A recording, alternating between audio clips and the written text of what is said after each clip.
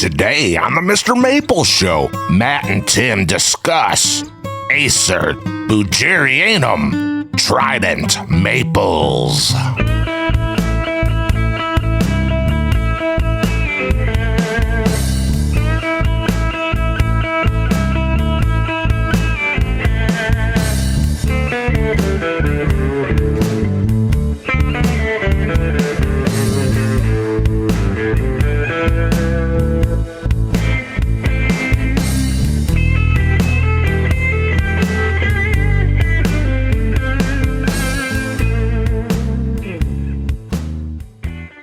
Hey y'all, welcome to the Mr. Maple Show podcast. We air this weekly, and we love to talk about Japanese maples and so many other interesting topics pertaining to gardening.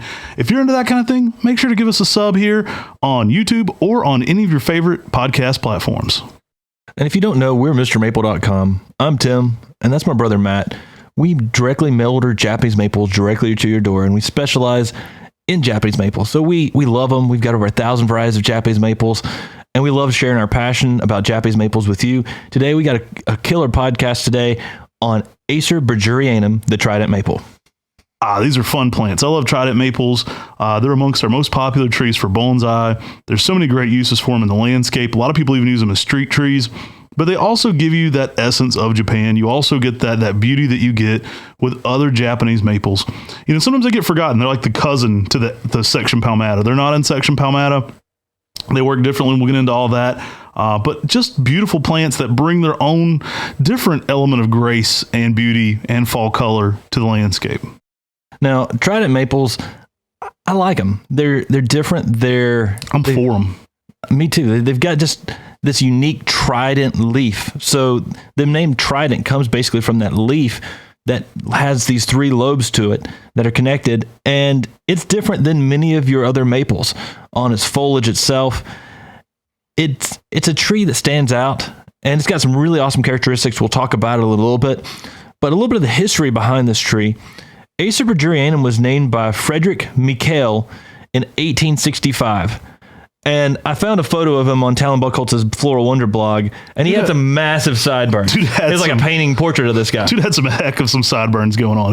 He was rocking the burns. I have not seen better sideburns on a man than Frederick Michael. And he named it Acer buergerianum. And he named it after Henrik Berger, who worked under Seabold. He was a plantsman. He discovered Acer buergerianum, but never officially described it.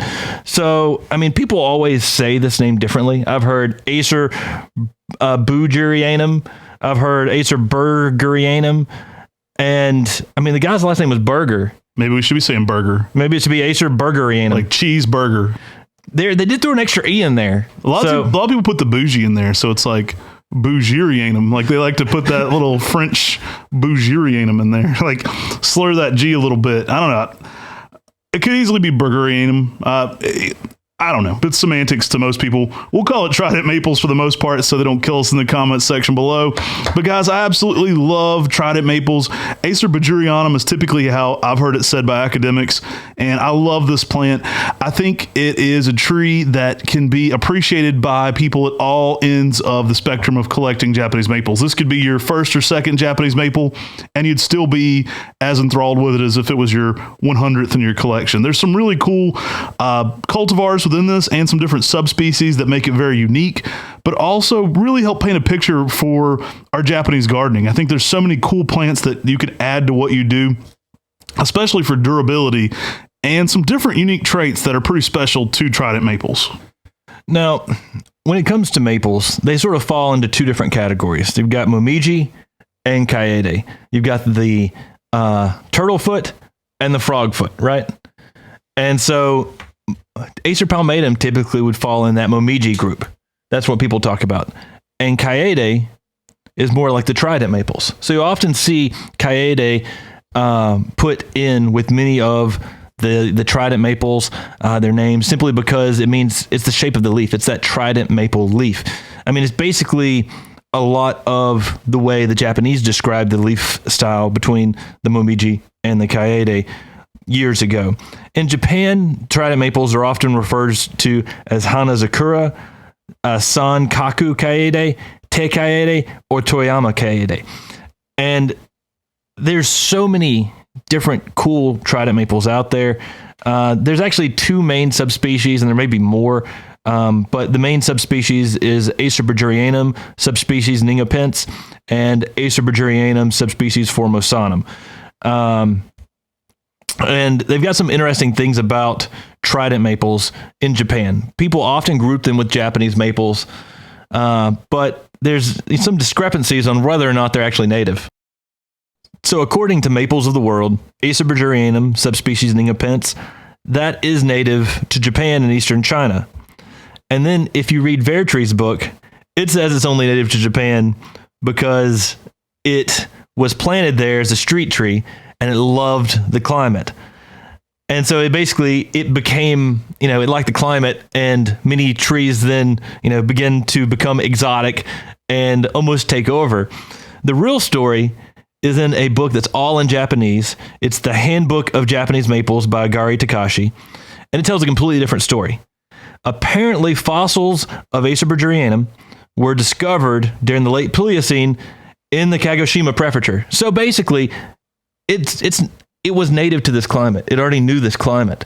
I mean, when they reintroduced this native, it flourished. Save your angry comments for the comment section below. So, Trident maple, is it native to Japan? Is it not? Is it technically a Japanese maple? You decide. Or we'll let the academics do it. Whatever. So this one is interesting because it is actually in a different section. You hear us talk a lot about section palmata. There are these different sections within maples.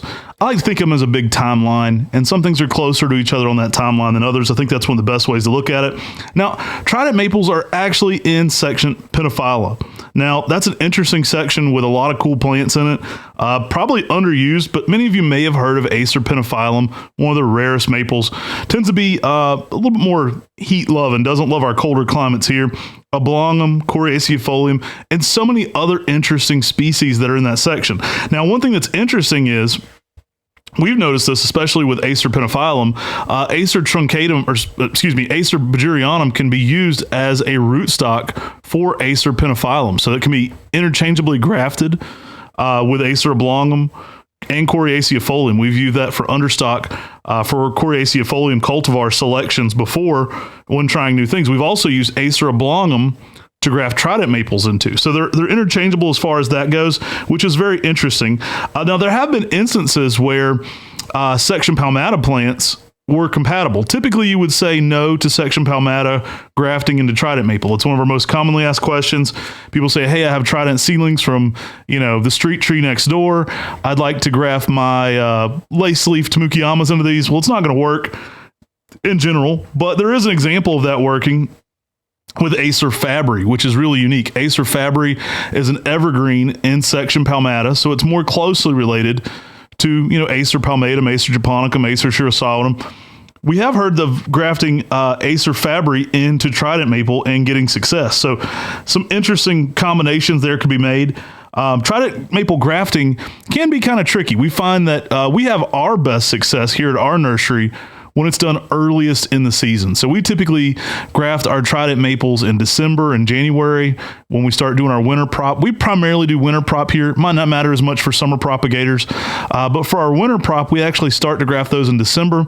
If we're grafting those in later spring when the palmatums are the easiest, so when we're actually grafting in February and in early March, we find to have a really low yield on the Trident maples. Now, it may be because how they activate or at the sap level they're at, but we find that going earliest in the season tends to give us our best success. And we've had years where we were 95% on Trident maples, especially when done early in the season. Now, you mentioned that it was in section Pinophylla, and I want to know who comes up with these ideas that the sections are named, because they named the section after the rarest maple in the world.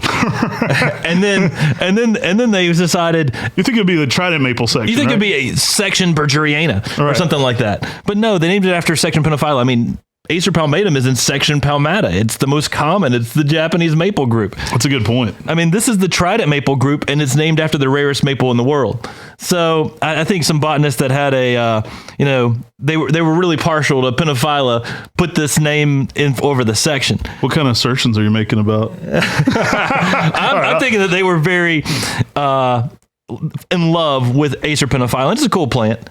Pinophylla has that unique long foliage, but we're talking about Trident maples. And you talked about Trident maples. Some of my earliest memories of Trident maples are Matt and I going out to gas stations and collecting seedlings underneath some Acer buergerianums that we could possibly use for rootstock going forward. Yeah, now we have enough stock plants around. We've planted some big trees. We get enough seed going on at the Buckholz farm or several of our plantings here at Mr. Maple. Sometimes we'll even visit some customers when we need a good seed year. We've got some old trees around our area from customers. But we used to just frequent the gas stations, man. We'd be driving down to Simpsonville. We'd be driving out to Asheville. I've rung a lot of doorbells and said, hey, can I collect seed on your plant? I know particularly there was a hotel in Asheville that had a good long line of Trident maples that made particularly good understock. So we'd go talk to the staff, and the manager on staff would be like, I guess we don't care. I mean, this is weird. We'd have these milk cartons that we'd cut the back out of and threw a rope through the side and tied around our waist, and we just go out there and start hand collecting as much as we could. Now, if they were real cool, we laid down tarps and got big bamboo canes and shook it, depending on what time of the season it's in. So there are a lot of stop traffic watching Tim and I collect Trident maple rootstock. I remember finding my first variegated Trident maple seedling from that, and I was like, this is going to be the holy grail of variegated Trident. And we were just down in Texas walking around, and there was a big Goshiki Cayete in the garden, and there were Trident maple seedlings everywhere in the garden, like everywhere in the garden on the Trident maple. Now, there's so many good reasons why Trident maples are popular. They're extremely durable. They're exceptionally heat tolerant. So down in Texas, they're going to be trees that outperform some of the palmatums even. They're used as street trees a lot for their uniform shape, but also for their heat tolerance and their resistance to drought. Acer buergerianum is incredibly durable. Like, it's a tree that, for its ornamental traits, can definitely take that higher heat of somewhere like Atlanta, Georgia, soak it up, eat it up, do very well. And there's some really cool traits that you get, especially like that exfoliating bark type trait that can be pretty typical of the species. Yeah, and I think people often there's so many different zones online. People typically Trident maple, Acer buergerianum, subspecies Ningopens, that is typically good in zones 5 through 9. Some people even say 4B through 9. I've seen some people say through 8, but I'm telling you, it's a very heat tolerant tree. Most of these should be able to handle the high heat places. Acer buergerianum is so easy for people to grow. It's drought resistant. The bark itself is just exceptional. It's got this unique gray and tan peeling bark that just adds to that winter landscape. It gives you this really nice feel to a street tree. And for a street tree that has good foliage, looks good all year round, and gives you good fall color, Trident maples, they really rock it out. I think a lot of that is why they're so popular for bonsai, that exfoliating bark. I think it's overlooked by a lot of the landscape people. They're looking at Grisium for its like cinnamon flake type bark, but you really do get a nice peeling. You can almost get some crepe myrtle-like appeal sometimes on a Trident maple. I've seen some older ones that had a lot of characteristic. Maybe more selection should be done for bark interest on Trident as well. I mean, most of the selections we do are based more on foliage, but there's some incredible bark interest going on within Trident. I agree. I mean, I think some selections as you see them older, you start to say, that is so amazing. And I don't think there's been a bark interest selected other than like Arakawa, which is a real rare one from Japan that has more of like a pine bark to it. There's not been one that has the best of the Trident maple bark selection. And I think there needs to be more of that done, especially by some of these companies that provide a lot of street trees. Mm-hmm. Now, one of my favorite things is Acer buergerianum subspecies Formosanum. Now, this is from Taiwan, as most Formosanums are. If you see Formosanum typically in horticulture, it's referring for a Taiwanese plant or plant its origins in China and Taiwan. Typically Taiwan, though. Now, I find this to be one of my favorite versions of Trident maple, Acer buergerianum subspecies Formosanum. It was first described by Murray and a lavender in 1967. I find this to almost be more of the most cartoonic version of a Trident maple. I like how the leaf is just, it's got everything you want in a cultivar almost already. It has that elevated leaf shape. So the straight species looks really cool to me. Like, I remember seeing this in the Saitama Botanical Garden and collecting seed on it there with some friends in Japan. It comes back fairly true from form, the straight Acer buergerianum subspecies Formosanum. You get a really nice looking plant that the foliage is just crisp. It's got a distinctive look to it. Now, there are many cultivars of this as well. So you'll see Miyasama, Yatsubusa, Miyadano we offer here a good bit as well. Both those are excellent versions of Acer buergerianum subspecies Formosanum, but I just like the species. I think we could sell a million of the straight species for especially for bonsai, because one, you've got that slightly smaller leaf shape already, and you've just got an elevated leaf. I like how the leaf is a cartoonish version of a Trident maple. I like the colors it gets. I like that you get kind of a pinkish red new growth typically on the straight species as well. Yeah, and the thing that's really awesome about it is that cartoon, like that rounded foliage.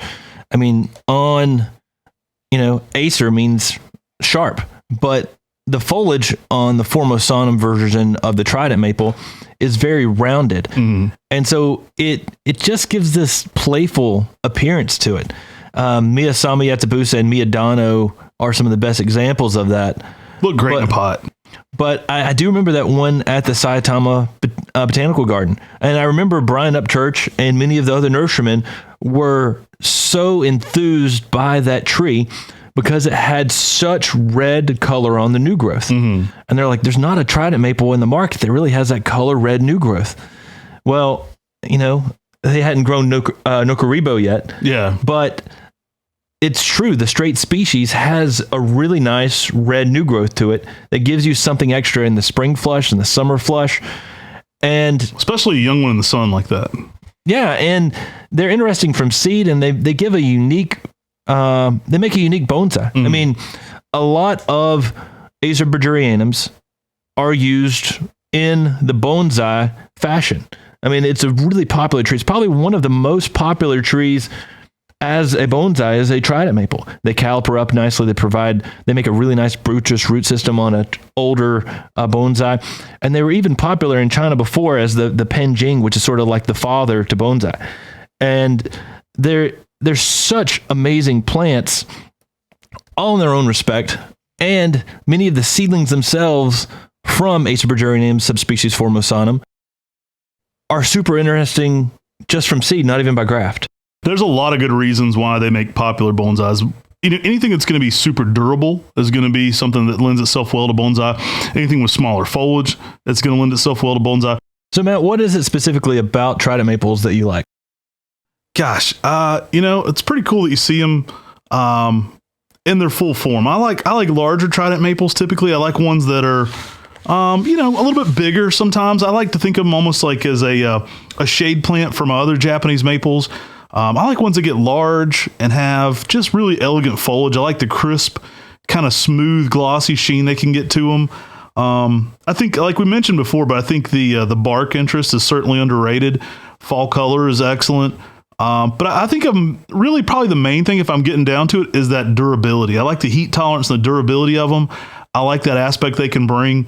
And I certainly love shading out areas with them. Like, you can get some big trees quick. That a lot of the uprights have a real elevated growth rate. They can get out there, over 1.5 foot of growth a year for some of those bigger types. And you can just make some great structures that, great larger trees, especially for underplantings, that are pretty elegant in their nature as well. I like the fact that this is kind of a competitor to like an Acer rubrum, but there's so many more ornamental cultivars in Trident maples. I mean, this can be used as a small to mid-sized tree out in a street, but at the same time, this tree can be something extremely ornamental and special. And it's just got a uniqueness about it that just adds to the garden. The Japanese loved it in their landscape because it just sort of fit in with traditional Japanese gardening. And I think it fits in our traditional gardening here as well. and how we garden so much with Japanese maples. Let's get into it. There's a little bit about some of the cultivars. I think there's somewhere around 30 known, maybe 35 if you're really getting technical, known cultivars of Trident maples. We'll give you a few of our superlatives for some of our favorite categories. As far as smallest go, Miyasama Yatsubusa is a great candidate. That was probably the most common. Very nice density to it. Love how compact it gets. For many people, it kind of fits into that Makawi Yatsubusa format for a Trident maple. And also Miyadano. Yeah, Miyadano is one that I saw that was a Japanese selection. And early on, we got a hold of this cultivar, and we were the first people with it. And it just has a slower, compact, sort of rounded habit from what I've seen. Mm-hmm. And it seeds pretty prolifically. And the interesting thing is a lot of the seeds come back very Acer buergerianum subspecies formosanum-like. So they have that sort of rounded, cartoon-like character to them and just make a unique tree out there in the garden. And then we've got the one that's really rare that Mark Wethington gave us, which was Acer buergerianum lion's head. Yeah, another compact, denser form. We're still learning a little bit about that one. I've seen that one online, maybe possibly sold from seed. We'll see if it does from grafting retain all those traits. This one we're evaluating. Hopefully, it's kind of got a Shishigashira-like look to it. I like that structurally. Hope it has some mimicry there. Now, as far as lace leaves, we kind of created this category unto ourselves as well. We like to throw Mino Yatsubusa in there as one that has a little bit more of that lace leaf-like characteristic. Yeah, the Trident foliage on this one is very elongated. And I've seen this one in very different growth patterns itself overall. I've seen some trees grown in full sun that say dense and compact. Mm-hmm. And then I've seen this grown in a more shaded situation, and it stretches out. They've got a gorgeous one at UNC Charlotte at the gardens there that's probably 12 feet tall. Wow. And it's just growing, stretching out towards the light in a dappled light condition. But what Mino Yatsubusa does is it has this bronze color on that deeply divided foliage, and that bronze color is just awesome on that new growth maturing to green. And then the fall colors, I mean, the yellows and oranges that Mino Yatsubusa does in the fall, it's outrageous. In fact, most of the Trident maples have really phenomenal fall color. I think it speaks a little bit to that durability too. Like they're durable plants, so their foliage is very regal and nice and clean when it gets to be fall, even in some high heat places. You know, even further south, it might be some of the best fall color people are getting, and some of those heavier zone 9s and zone 8s, because one, the foliage is taking that humidity and looking great late, so it's still pretty crisp. Now, want to tell people Mino Yatsubusa, though we threw it in that category of lace leaf type foliage, isn't weeping, but you'll see some of these. It's not a pendulous plant. You'll see some more older, mature specimens, like the one at the J.C. Ralston, that certainly start to almost mimic a lace leaf in time. Like they get a little wider, they get a little more time to them, and with that foliage, it certainly kind of gives you some of that appeal of that short, dense tree with that elongated foliage.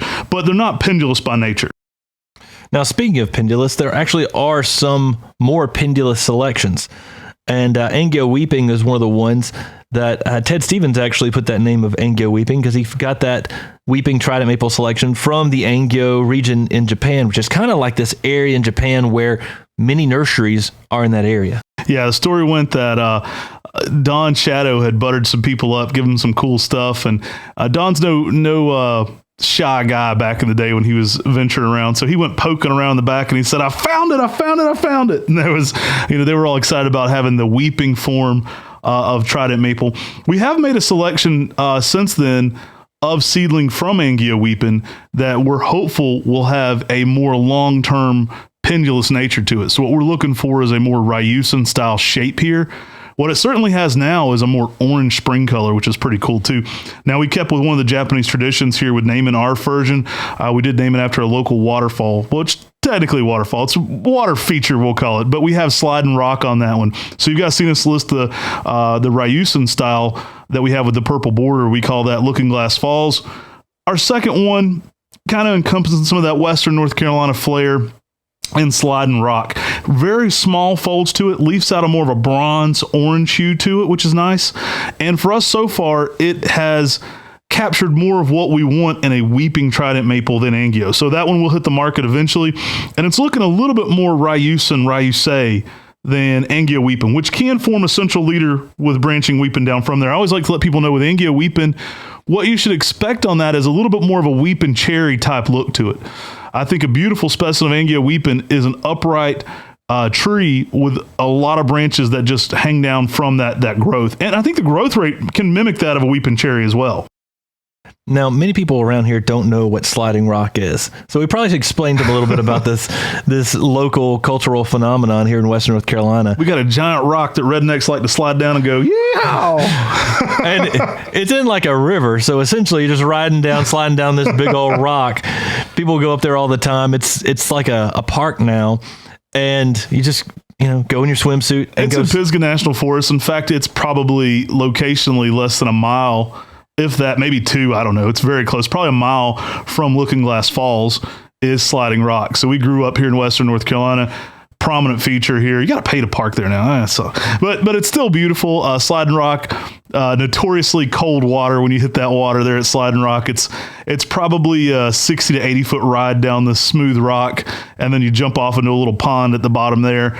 I used to scuba dive a lot. I once met a guy scuba diving there, and he bought all of his scuba equipment just picking up rings at the bottom of Sliding Rock. The guy made like a whole living going around and just digging around. He would put them in the paper for a month. Anyway, but really cool tree. I think you're going to like Acer buergerianum Sliding Rock when that one hits the market. And it's going to have a little bit more, I think, of what people are looking for in a weeping trident. Not to knock Angioweeping when you know what you're getting. Excellent plant too. Now, Angioweeping may be the same as Pendula, also known as Toe Shidari, which I believe is basically a Japanese way of saying Pendula as well. And those are very similar. Again, Ted Stevens put the name Angioweeping on it, but it may have had a name in Japan before it actually made it to America under the name Angioweeping as well. So we've got this last category here is white for superlatives, but it certainly can be variegated. There's some versions in Acer buergerianum that will absolutely make any gardener who likes the most ostentatious, crazy variegated plants just scream and get excited. First up, we got Hanatura Sato. I absolutely love Hanatura Sato. Beautiful plant. I have a big specimen. We just field dug it. I'm going to have to figure out where I'm putting it because I'm not selling that one. I'm keeping it. We got it in a big B&B right now, and I haven't figured out quite where that one's relocating to.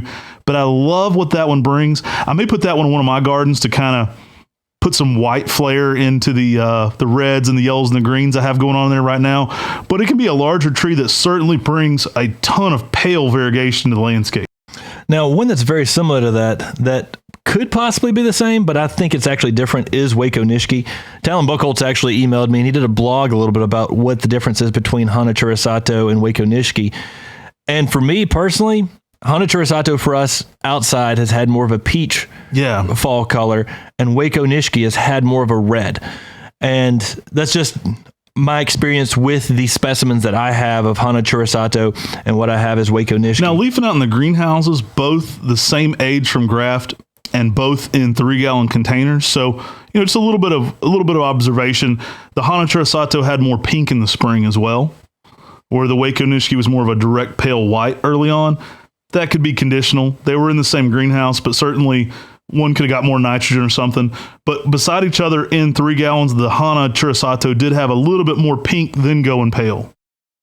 Now, another plant that sort of fits in that group is Acer buergerianum Eastwood Cloud. A little rarer selection. You don't see that around as much anymore. Very similar to Waco Nishiki and Hanatura Sato. It's like a selection from 1949, and it's very similar.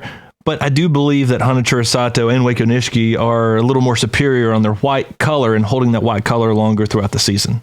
Now let's talk a little bit about texture, because you get some different textures going on with Trident maples. They can be quite unique for overall texture. One of our superlatives for texture would certainly go to Tancho, aka Naruto. Now, Tancho and Naruto are basically the exact same plant. In fact, Taka Kobayashi confirmed that they were the exact same plant. I think the nurseries were less than a mile apart that introduced both those even back in the day in the 1800s. So they're very similar looking plants. Yeah, and the unique thing about them is their foliage curls upwards. It looks almost like little origami birds for someone who's very poetic, or for someone who's not, it looks like a plant that needs to be watered. Right. Kind of like a Kushimo. People come in the greenhouse and go, oh, you forgot to water these. Like, well, no, all the leaves cup up. But once you see them described as origami birds, aimed inwards, so the petioles are the beaks. Once you see that, you can't unsee it. It's very poetic, especially when it gets to its fall color, which is normally a nice yellowy orange. Really great plants to be growing. Durable, fast growing.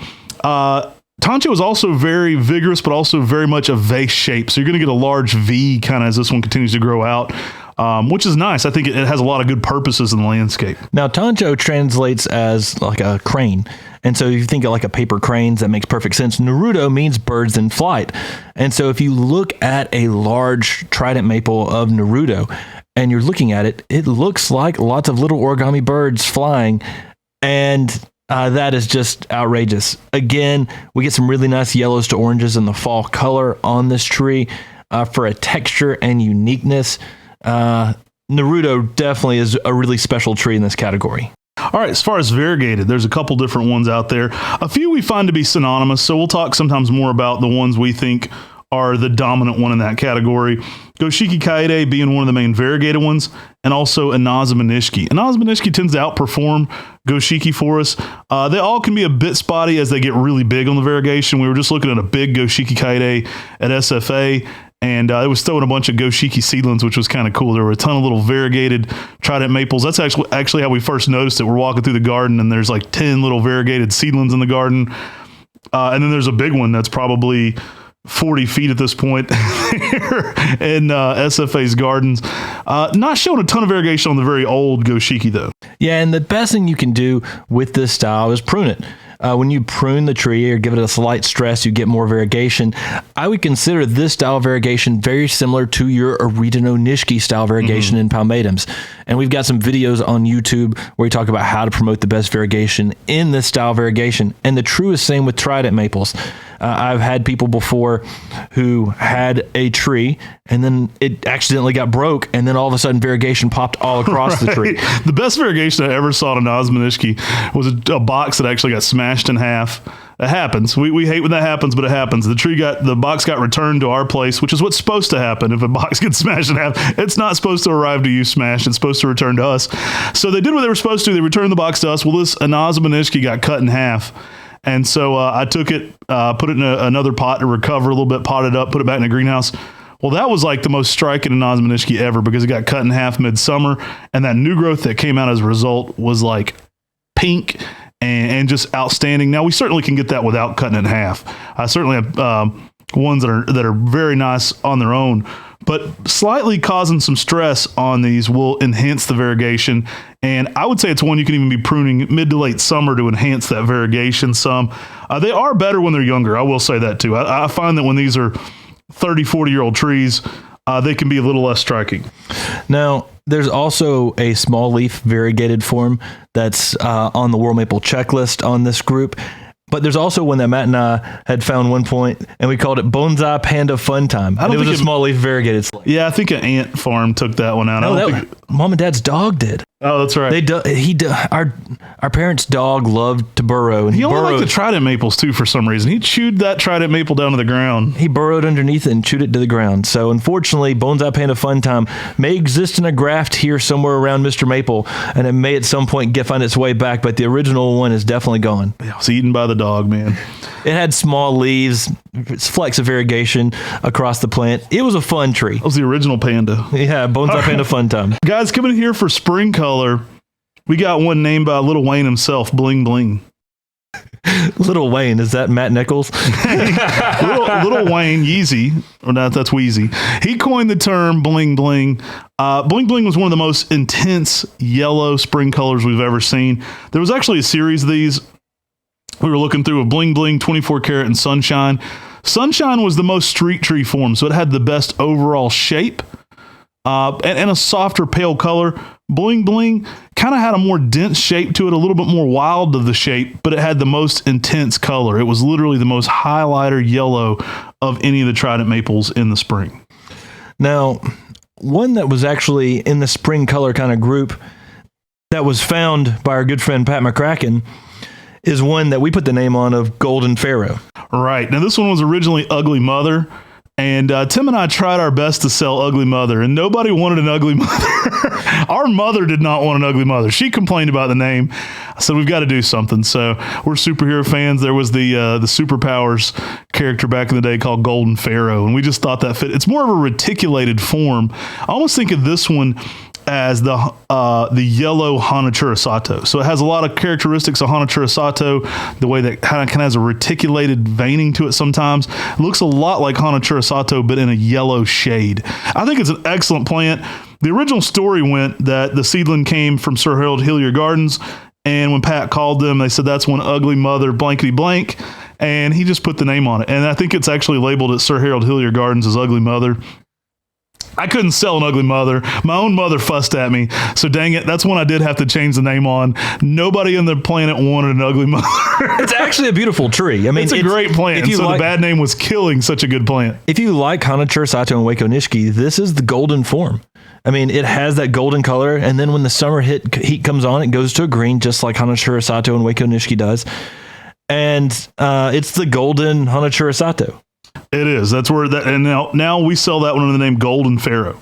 Now, yellow. We've got a best overall yellow category here. We're giving that one to Michael Steinhardt. This was one named by Don Shadow for Michael Steinhardt.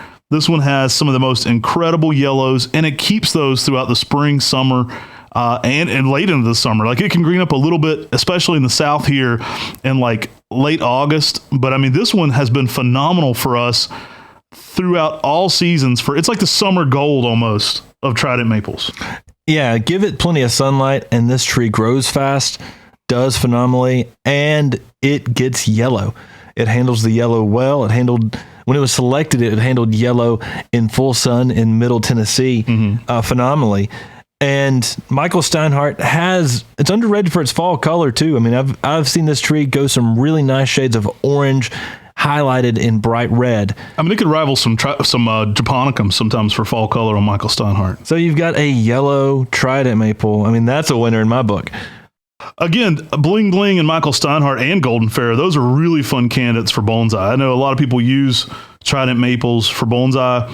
I think Michael Steinhardt would be a candidate that would look really cool if you were going to make just an electric golden yellow that stayed there and had that bright yellow late into the season. Phenomenal plant. Very good growth rate to it too. Looks like a nice plant for that structure overall, and just turned out to be a real winner for us, Michael Steinhardt. So on the narrow side of things, there's Shirley de Bach. I mean, it is possibly the most narrow form of the Trident maples. It stays extremely narrow. They've got one on Maple Street in Hendersonville, North Carolina, and it has a good form for small spaces. Yeah, nice, more narrow overall habit to it. Smaller foliage, really pretty form to it overall, and you just get a nice, all the branching is kind of arched up. Like, it's not as columnar, say, as like Sukasa Silhouette or Twombly's, but it's very narrow. So what you get is all the branching is very uniformly aimed to the sky. So it can get a little width to it in age, but not a lot. So it's going to be very narrow in its footprint. Makes a beautiful specimen landscape. Looks great when you can just let this one do exactly what the city of Hendersonville is doing. Get it out in some space where it's all on its own and let it get as big as possible and just look like a monument there in the ground. Now, if someone really enjoys the flowers on Trident maples, they've got some yellow blooms to them in the early spring before the leaves come out. Iwayo Kaede has the best flowers and the best seeding of any of the Trident maples. That means it makes a good rootstock too. So if you want to put a tree out for being a rootstock for future grafting, or for bonsai, Iwayo Kaede is an excellent selection to do that with. So I was once at a koi show. We used to do a lot of koi shows, and an older gentleman came over to me and he said, "Do you know why I like doing bonsais with Trident maples?" Do you remember why? No. He said that his hemorrhoid cream healed all the cuts on him. Now, I don't know if that's true or not. Maybe somebody can test that one out and let me know. But he said he just puts a little of the hemorrhoid cream on there, and anything he changes, it heals over immediately. That's crazy. All right, so moving quite along, JD Vertrees lists 17 different selections in maples of the world lists 20. The World Maple Checklist has 8 to 10 more cultivars. So we're talking about 35, maybe 40 cultivars if you get technical here worldwide. Now, a lot of those aren't available in the U.S., and I think if you got into some different dendrologists really breaking this down, I think some of what you're seeing may be species like the Formosanum that are basically getting their own category distinction of cultivars sometimes. So we try to break down the ones we feel aren't overlap. Some of them are distinctly the same plant, we feel like, sometimes too. Now, there's some of them that are just lost to the trade. There's several of these, even in Veritree's book, you don't see much anymore. What about one that we've had before was Acer buergerianum? We put the name Dr. Murray on it, and we shared scions with that out there, so it's out there somewhere possibly, but we lost that plant. But it was maroon. Chocolate maroon. Chocolate dark early, going to more of a red maroon late. Man, I don't know that it loved our Zone 6 winters here. I don't know what the deal was with that one. It seemed to have a little bit of trouble shutting down. It could have been more of that Formosanum, but from a hotter part of Taiwan. Some of the best red colors I've ever seen on any Trident maple. If anybody is out there that's a customer of ours and you've bought a Trident maple from us named Dr. Murray, send us some Sonwood. I need that one back. Dr. Murray. Go check out Dr. Murray in the 1700s podcast video, too. We did a podcast with him. Local legend here near Asheville, Dr. Murray. Great friend of ours for many years. Friends with Peter Gregory. Bought a lot of his plants from JD Veritrees. Lucky to have so much knowledge here close to us as well. I'd love to get that one back at the Buckholtz farm where it's not as cold as it is here. I think we'll probably do a little bit better. We had some weird freezes take a few things out, so it might have just been conditional right around the time we had that one too. There was some particularly bad cold weather late around the time that one came out. But yeah, if you ever got Dr. Murray from us, let us know. That is going to be a winner. We need to get back going again. So I'm going to break down a few names of these, and we'll talk about a few in the books. And Tim and I'll just kind of chit chat about them. Again, about 35 to 40 if you get technical. I think a few of them are overlap. Like, we certainly feel that Naruto and Tancho, those are the same plant. We just count them once on our list. I don't think they're two different cultivars going on there. There was even one cultivar that's in the book. It says Jaco Kaede. And they say it's not even a Trident maple. It's a Prima japonica. They called it the smelly Trident maple. There's some weird stuff especially in the books, where I think what you're looking at are not cultivar variances. Yeah, I mean, when you have a cultivar, you want something distinctive, and you want something that's truly different. For instance, Maples of the World says Akabono is also synonymous with Goshiki Kaede. Right. And I think there's a lot of that happening because people are really looking for variation. And while they may find something that's slightly different, it's not different enough to really be cultivar worthy. Even in the original 1700s list, you'll see things like that To Kaede on there as a cultivar, which may have just meant Trident maple from seed. There's a lot of those around on some of those early lists. That certainly could get a little confusing. And I do think some of what we have from Trident maples has been lost to time as well. So these are a few that Tim and I are familiar with, or we're growing here at some stage, or we have access to. So we've grown them in the past. Iwa Kaede, we mentioned that one. Great for seed. Mino Yetsubusa, we mentioned that one before. Sliding Rock, in production, guys. I think it's going to be a real hit. Angia Weepin does sell out whenever we offer it as well. Michael Steinhardt. Nokoribo. Yeah, Nokoribo, that's a selection from Japan that has a lot of red new growth to it, and it develops more of that older looking Trident maple leaf.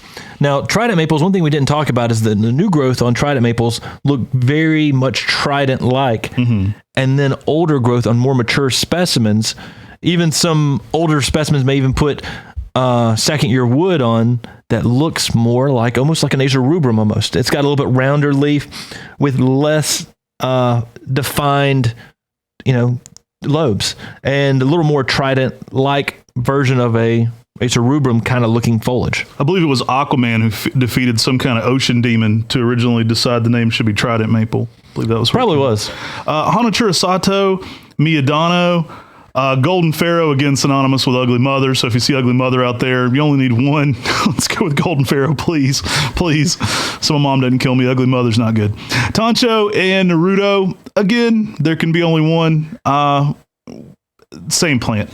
Inaza Manishki, again, probably one of our favorite variegated ones. Goshiki, sometimes listed as Goshiki Kaede, sometimes just listed as Goshiki, same plant. Waco Nishiki. Lion's Head, fairly newcomer to the game here. We're still evaluating this one. We've grafted a good bit of them at a Buckholz farm right now. Very small foliage. I think it's gonna be promising for, especially for bonsai. I think a lot of people are gonna be after Lion's Head for that bonsai quality to it. Now we've got Bling Bling, Sunshine, and 24 Karat, all three selections. Shirley DeBach, we mentioned, Miyasama Yatsubusa, and Eastwood Cloud. So Eastwood Cloud, very similar to Waco Nishiki as well. There's a few others here that are in Veritree's book, and again, I think some of these might even be lost to time. Yeah, there's one called Kyuden. Now, some of these may be in Europe and just not in the United States as well. Oh, for sure. Like Peter Gregory had access, to Esfeld and Dick Vandermatt's collections, as well as what they're growing at Westonbird Arboretum. So there may be some beautiful specimens of these in Europe that just haven't made it into our North American markets, and that's why we're not growing them. Yeah, Kyuden looks to be some variety of a Formosanum that is just tight, dense, small little dwarf. Koshi Miyasami. There's Sub Integrum. There's also one that just draws me in every time I see it. It's in Veritree's 4th edition. It's Nusatori Yama. And it is so pink. It said it burns really heavily. Oh, wonderful. And I think it's one of the ones that you have to leave the rootstock on to keep it alive. So it's very much like the pinky of Trident maple. There's no chlorophyll. There's no chlorophyll in it. So cool. In Japan, I would see people growing some different palmatums and some different tridents that had this. And it might have been Nusatori Yama.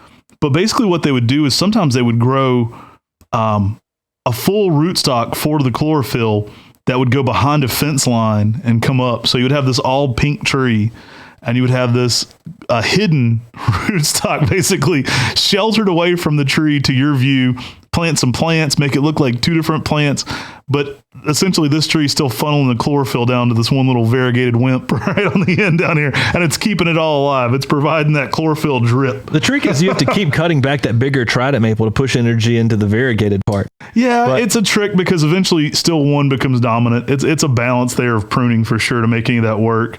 But the attention to detail to do that is it's kind of admirable to me. It's not even a trick at that point. It's like you went to all this attention to make this cool thing work. This Nusatori Yama, though, it looks like the pinky. I mean, it's a tree that's never going to be a commercial tree, and it's going to be something that's going to be hard to even get in production at all. But it's a pink Trident. I mean, that's pretty darn cool. So guys, that's a little breakdown on Acer buergerianum, the Trident maple. They're excellent plants. I love, mostly, we just talked about a wimp, but I love them mostly for their durability. They can do so many things, especially the proven cultivars. They're great. They go out and they look amazing. They're resilient. They're drought resistant. They're extremely great in areas like East Texas, Georgia, upper Florida. These are plants that are just going to outperform a lot of other ornamental plants in your landscape. Now, many of these trees over time will make larger trees. There are dwarf selections, there are smaller trees in this grouping. But if you have some land and you're wanting to get into collecting a certain grouping of trees, there's not many of these in the world. So you could easily get into start collecting all the Trident maples and having as many as you could possibly get your hands on. Just a fun way to grow and collect trees whenever you start trying to say, okay, there's 1 billion different varieties of plants in the world. What can I grow? Trident maples, that's a cool group you could actually collect and grow in your garden. Guys, I hope you've liked this little breakdown of Acer buergerianum. If you like this kind of thing, go give us a 5-star review on Google or any of your major podcast platforms. That helps our podcast get out there to more people. Reminder, this show's free of charge. We just love talking about Japanese maples. It's something we provide here at Mr. Maple because we're passionate about Japanese maples, and we love sharing that passion with everybody out there. So we really appreciate you supporting us by shopping at MrMaple.com. But feel free to share these videos, share these podcasts with other gardeners, get them out there so we continue to grow and expand what we do. And we just appreciate you tuning in today. Take care. God bless. And have a great day.